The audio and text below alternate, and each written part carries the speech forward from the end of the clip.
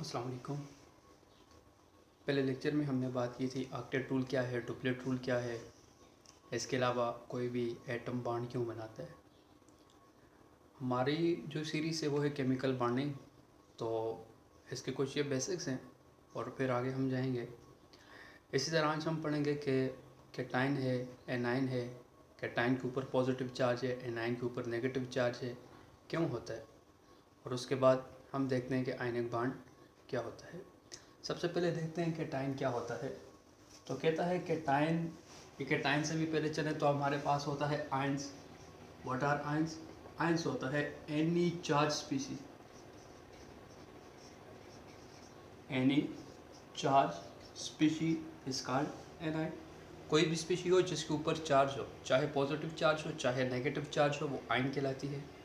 आपके पास दो स्पीशीज है। एक आपके पास है कैटाइन, एक आपके पास है एनाइन।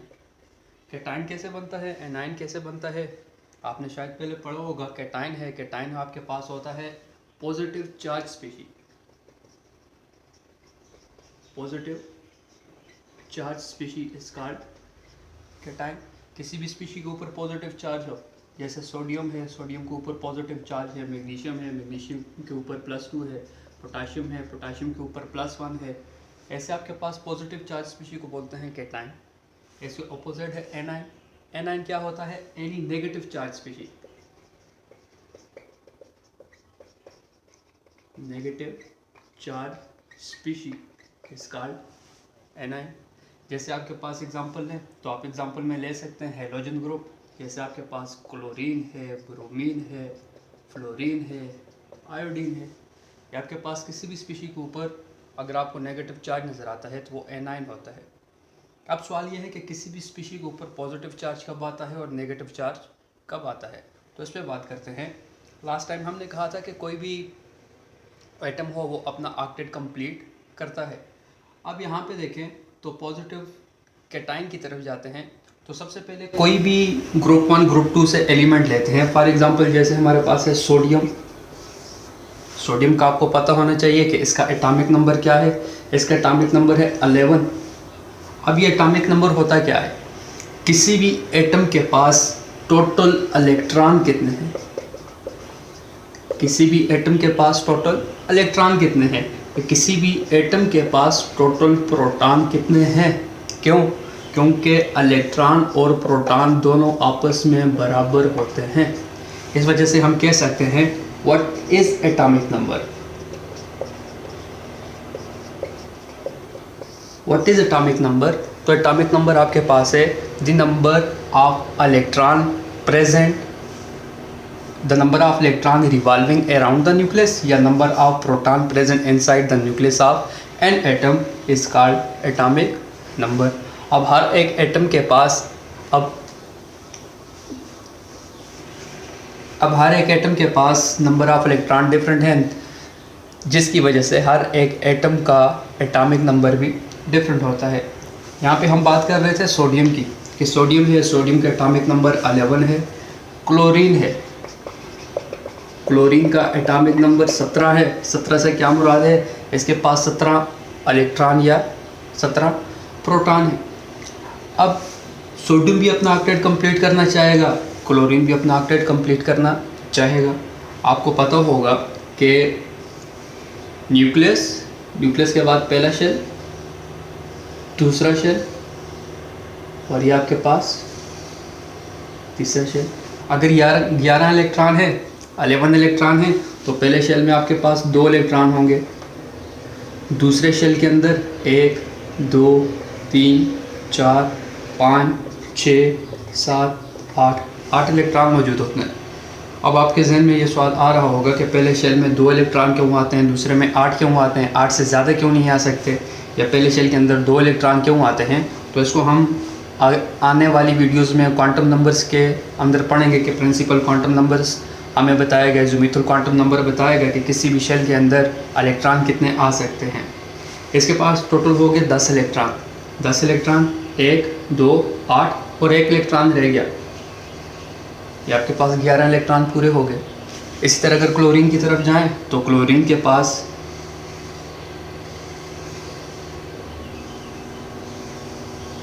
एक छोटी सी बात याद रखिएगा, पीरियाडिक टेबल के अंदर जो एलिमेंट जिस पीरियड से बिलोंग करता है उसके कितने शेल होंगे।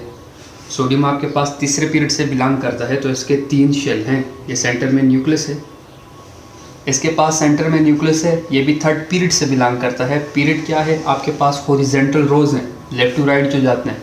अगर आप देखें तो 3rd पीरियड के अंदर दोनों मौजूद हैं। अब क्लोरीन है, क्लोरीन के पास 17 इलेक्ट्रॉन कैसे पूरे होंगे, 2 इलेक्ट्रॉन, बाकी सेकंड शेल के अंदर 8 इलेक्ट्रॉन, 8 इलेक्ट्रॉन हो गए।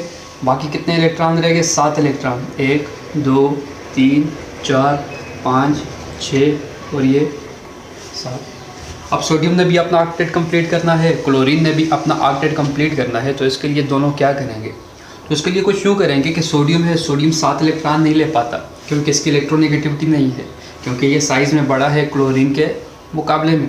लिहाजा अगर सोडियम ने अपना ऑक्टेट कंप्लीट करना है तो ये क्या करेगा, अपने आउटर शेल से 1 इलेक्ट्रॉन को लॉस कर देगा, इलेक्ट्रॉन को लॉस कर देगा। जब 1 इलेक्ट्रॉन को लॉस करेगा तो पीछे इसके 8 इलेक्ट्रॉन रह जाएंगे, इसका ऑक्टेट कंप्लीट हो जाएगा। लेकिन यहाँ पे फिर सवाल है, अगर ये इलेक्ट्रॉन लॉस करता है तो इसके ऊपर पॉजिटिव चार्ज क्यों आएगा। अगर ये इलेक्ट्रॉन लॉस करता है तो इसके ऊपर पॉजिटिव चार्ज क्यों आएगा। अभी कुछ देर पहले हमने कहा कि नंबर ऑफ इलेक्ट्रॉन और नंबर ऑफ प्रोटॉन दोनों आपस में बराबर हैं। इसका मतलब इलेक्ट्रॉन, एक इलेक्ट्रॉन के ऊपर 1 नेगेटिव चार्ज, एक प्रोटॉन के ऊपर 1 पॉजिटिव चार्ज। 11 इलेक्ट्रॉन है तो कितने नेगेटिव चार्ज होंगे, 11 नेगेटिव चार्ज होंगे। 11 प्रोटॉन है तो कितने पॉजिटिव चार्ज होंगे, 11 पॉजिटिव चार्ज होंगे। जितने नेगेटिव चार्ज हैं इतने ही पॉजिटिव चार्ज हैं, लिहाजा सोडियम एटम न्यूट्रल है। लेकिन जब सोडियम से 1 इलेक्ट्रॉन कम हो जाएगा, अभी आउटर शेल में से 1 इलेक्ट्रॉन को जब लॉस करता है तो इसके पास टोटल 1 इलेक्ट्रॉन लॉस करने के बाद इसके पास कितने इलेक्ट्रॉन रह गए, 10। प्रोटॉन कितने हैं, प्रोटॉन तो चेंज नहीं हो सकते, प्रोटॉन तो न्यूक्लियस के अंदर ही मौजूद है। लिहाजा यहाँ पे 10 इलेक्ट्रॉन 10 प्रोटॉन के चार्ज से कैंसिल तो हो रहे हैं, लेकिन 1 प्रोटॉन फिर भी ज़्यादा है। 1 प्रोटॉन ज़्यादा होने की वजह से 1 प्रोटॉन के ऊपर होता है पॉजिटिव चार्ज। लिहाजा हम सोडियम जब 1 इलेक्ट्रॉन को लॉस करता है तो इसके ऊपर पॉजिटिव चार्ज लिखते हैं। ये आपके पास बन जाएगा सोडियम पॉजिटिव। अगर डिफाइन करें कैटाइन को, कैटाइन होता क्या है, तो कैटाइन होता है the species which is form when an atom loss its electron from its outer most shell. जब कोई एटम आउटर शेल में से 1 इलेक्ट्रॉन को लॉस करेगा तो इस दौरान जो स्पीशी बनेगी वो कैटाइन होगी।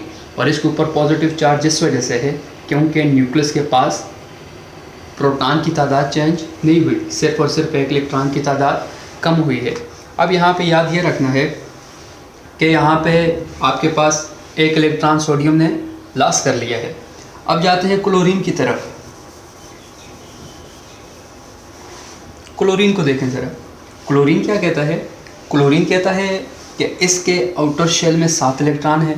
अब इसने अगर 8 इलेक्ट्रॉन लॉस, 8 इलेक्ट्रॉन ऑक्टेट इसका कंप्लीट कैसे होगा, 2 तरह से हो सकता है। एक तो यूँ हम सोच सकते हैं कि ये 7 इलेक्ट्रॉन को लॉस कर दे, 7 इलेक्ट्रॉन को लॉस कर दे। दूसरा एक और तरीका ये है कि ये 1 इलेक्ट्रॉन को गेन कर दे। अब सवाल ये है कि ये क्या करेगा, तो याद रखें क्लोरीन जो एटम है वो हेलोजन ग्रुप से बिलोंग करता है। हेलोजन ग्रुप से मुराद ये है कि ये इलेक्ट्रोनेगेटिव एटम होते हैं, ये जल्दी से अपने इलेक्ट्रॉन को लॉस नहीं कर सकते। ये क्या करते हैं, दूसरों से इलेक्ट्रॉन अपनी तरफ खींचते हैं। अब यहाँ पे क्लोरीन देखें, क्लोरीन के पास इसका एटॉमिक नंबर 17 है, तो इसके पास 17 इलेक्ट्रॉन 17 प्रोटॉन, जिसकी वजह से number of electron number of proton बराबर होने की वजह से हम इसे मानते हैं, हम इसे कहते हैं कि ओवरऑल एटम न्यूट्रल होता है क्योंकि इसके पास प्रोटॉन और इलेक्ट्रॉन की तादाद बराबर है। लेकिन अब अगर इसने ऑक्टेट कंप्लीट करना है तो ये क्या करेगा, जो इलेक्ट्रॉन सोडियम ने लॉस किया था, जो इलेक्ट्रॉन सोडियम ने लॉस किया था वो इलेक्ट्रॉन कौन गेन करेगा, क्लोरीन गेन करेगा। पहले इसके पास 17 इलेक्ट्रॉन 17 प्रोटॉन थे, लेकिन 1 इलेक्ट्रॉन गेन करने के बाद इसके पास टोटल कितने इलेक्ट्रॉन हो गए, 18 इलेक्ट्रॉन हो गए। और प्रोटॉन की तादाद चेंज नहीं हुई। प्रोटॉन की तादाद कैसे चेंज होगी, वो यहाँ पे न्यूक्लियस के अंदर मौजूद हैं। 17 प्रोटॉन का चार्ज यहाँ से 17 प्रोटॉन के साथ कैंसिल होगा, लेकिन एक इलेक्ट्रॉन तो फिर भी बच जाएगा ना। एक इलेक्ट्रॉन के ऊपर कौन सा चार्ज है? एक इलेक्ट्रॉन के ऊपर नेगेटिव चार्ज है, जिसकी वजह से हम क्लोरीन के ऊपर लिखते हैं कि नेगेटिव चार्ज है। इस Cl नेगेटिव से मुराद ये है कि क्लोरीन के पास 18 इलेक्ट्रॉन मौजूद हैं। अगर डिफ़ाइन करना है तो आप कैसे डिफ़ाइन करेंगे कि एनाइन क्या होता है? The species which get an electron, वो स्पीशी जो इलेक्ट्रॉन गेन करे उसे हम बोलते हैं anion. The species which is formed as a result of gaining electron is called anion. और एनाइन के ऊपर हमेशा होता है नेगेटिव चार्ज। अब आपको यहाँ तक क्लियर होगा कि सोडियम पॉजिटिव और क्लोरीन नेगेटिव बना कैसे है। अभी हम ये इसलिए डिराइव किया कि आयनिक बांड को समझने के लिए आयंस का समझना ज़रूरी है। अगर आपको आयंस की समझ आ गई तो वही आयनिक बांड है। अब आयनिक बांड की तरफ आएँ।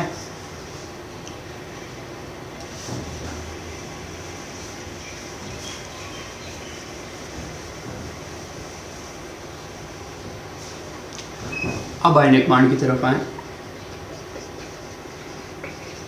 देखें आयनिक बांड क्या होता है। आयनिक बांड को हम इलेक्ट्रोस्टैटिक फोर्स ऑफ अट्रैक्शन भी बोलते हैं। इलेक्ट्रोस्टैटिक फोर्स ऑफ अट्रैक्शन क्या होता है? The force of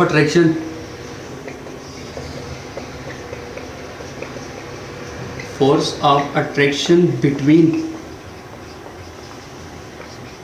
cation and A9 is called electrostatic force of attraction या आयनिक bond.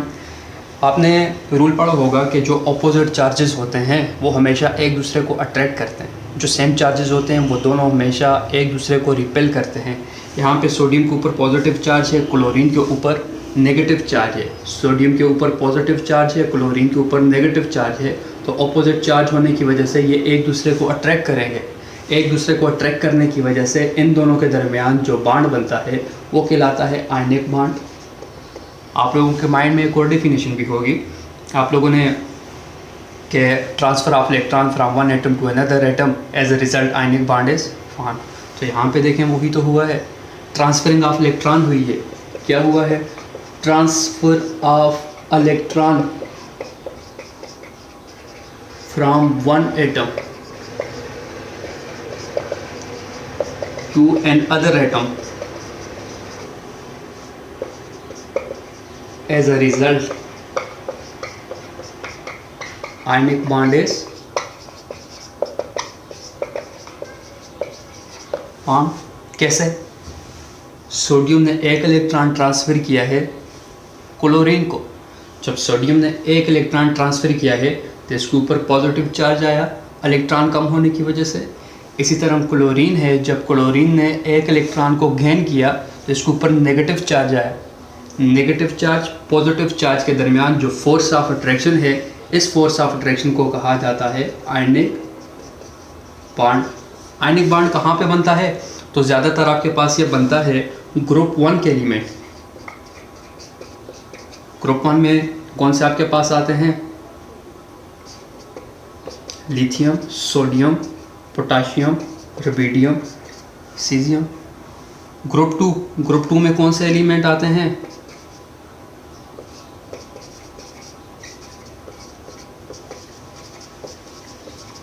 Beryllium, magnesium, calcium, स्ट्रांशियम, barium.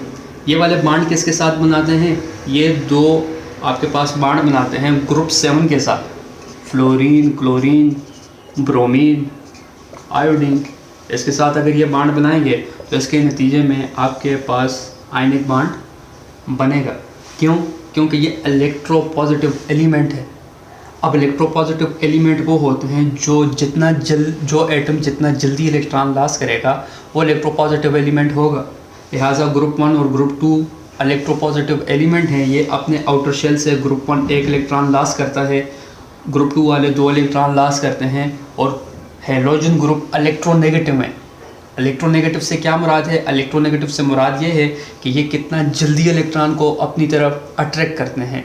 Electronegativity ability of an atom to attract shared pair of electron toward itself. लेकिन अभी हम यहाँ पे यही बात करेंगे कि इनका ऑक्टेट कंप्लीट होने के लिए ग्रुप 1 और ग्रुप 2 इलेक्ट्रॉन को लॉस करते हैं, जिसके नतीजे में ग्रुप 1 का भी ऑक्टेट कंप्लीट, ग्रुप 2 का भी ऑक्टेट कंप्लीट, ग्रुप 7 का भी ऑक्टेट कंप्लीट हो गया। ये आपके पास है कुछ आयनिक बॉन्ड। आप ज़रा इस पर प्रैक्टिस करें। MgCl2 ग्रुप मैग्नीशियम जो है वो ग्रुप 2 से है, इसके साथ MgCl2 क्यों आया है, MgCl2 क्यों आया है? तो याद रखें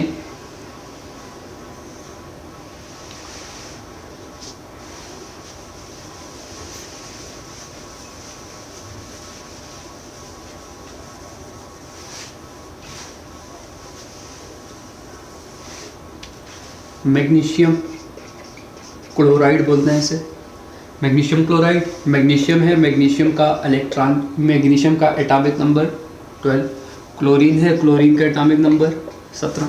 सबसे पहले कितने मैग्नीशियम कितने क्लोरीन? एक मैग्नीशियम। ग्रुप पीरियड 3 से बिलोंग करते हैं, तो 3 शेल होंगे, 1 2 3। कितने क्लोरीन है? 2। एक क्लोरीन थर्ड पीरियड से बिलोंग करता है, दूसरा भी थर्ड पीरियड से करता है। एक के पास भी 3 शेल होंगे, 1 2 3। 2 क्लोरीन है, Cl2 लिखा है, तो दूसरा क्लोरीन 1 2 और ये 3। सो मैग्नीशियम के एटॉमिक नंबर आपके पास है, एटॉमिक नंबर इसका है 12 का मतलब इसके पास 12 इलेक्ट्रॉन मौजूद हैं।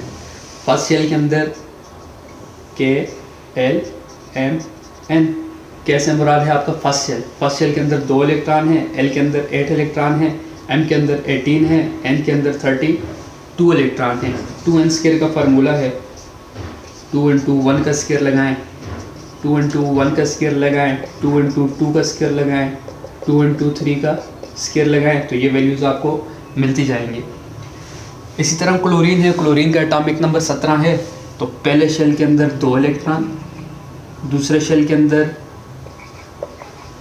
8 इलेक्ट्रॉन, बाकी कितने रह गए? 7 रह गए। 1 2 3 4 5 6 और ये 7 हो गए।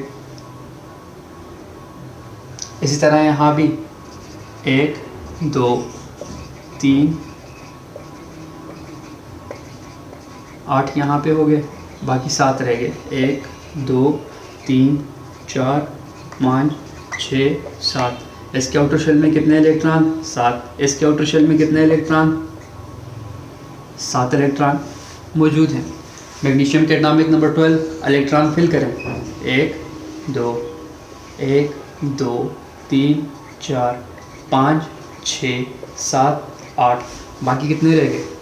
8 + 2 10 और 2 रह गए। 1 2 लिख ली। हमने इलेक्ट्रॉन्स को शेल में फिल कर दिए। अब इसने ऑक्टेट कंप्लीट करना है, तो ऑक्टेट कंप्लीट करने के लिए, ये 8 इलेक्ट्रॉन पूरे करने के लिए इसने कितने इलेक्ट्रॉन को लॉस करना पड़ेगा? 2 इलेक्ट्रॉन को लॉस करेगा। क्या एक क्लोरीन 2 इलेक्ट्रॉन ले सकता है? एक क्लोरीन 2 इलेक्ट्रॉन नहीं ले सकता। क्यों? जब एक क्लोरीन 2 इलेक्ट्रॉन लेगा तो इसके आउटर शेल में तो 9 इलेक्ट्रॉन हो जाएंगे, और हमने कहा है कि कोई भी एटम आउटर शेल में 8 इलेक्ट्रॉन रखने से स्टेबल होगा। इसने भी इलेक्ट्रॉन लॉस करने हैं, इसने भी लेने हैं, लिहाजा ये 2 इलेक्ट्रॉन तो लॉस करेगा। जब ये दोनों इलेक्ट्रॉन लॉस करेगा तो ये बन जाता है Mg+2। Mg+2 मैग्नीशियम कैटायन बन जाता है।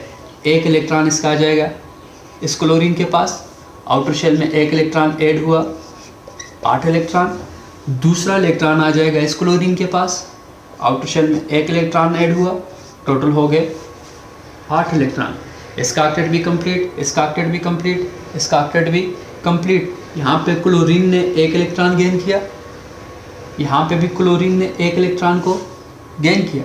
हम 2 क्लोरीन के ऊपर क्या लिख सकते हैं कि यहाँ पे 2 क्लोरीन मौजूद हैं, MgCl2 की फॉर्म में मौजूद हैं। लिहाजा हम क्या करते हैं, हम कहते हैं कि मैग्नीशियम+2 और यहाँ पे क्लोरीन के साथ जो फोर्स ऑफ अट्रैक्शन है, उस फोर्स ऑफ अट्रैक्शन को बोला जाता है Mg+2, और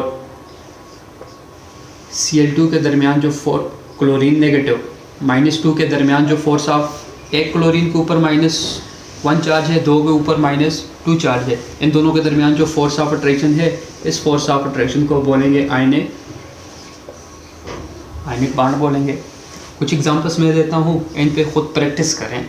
जैसे आपके पास है NaBr सोडियम ब्रोमाइड, इसको देखें, CaF2 कैल्शियम फ्लोराइड, इसके ऊपर अप्लाई करें यही वाले रूल कि इनके दरमियान जो है वो आयनिक बॉन्ड कैसे बनता है।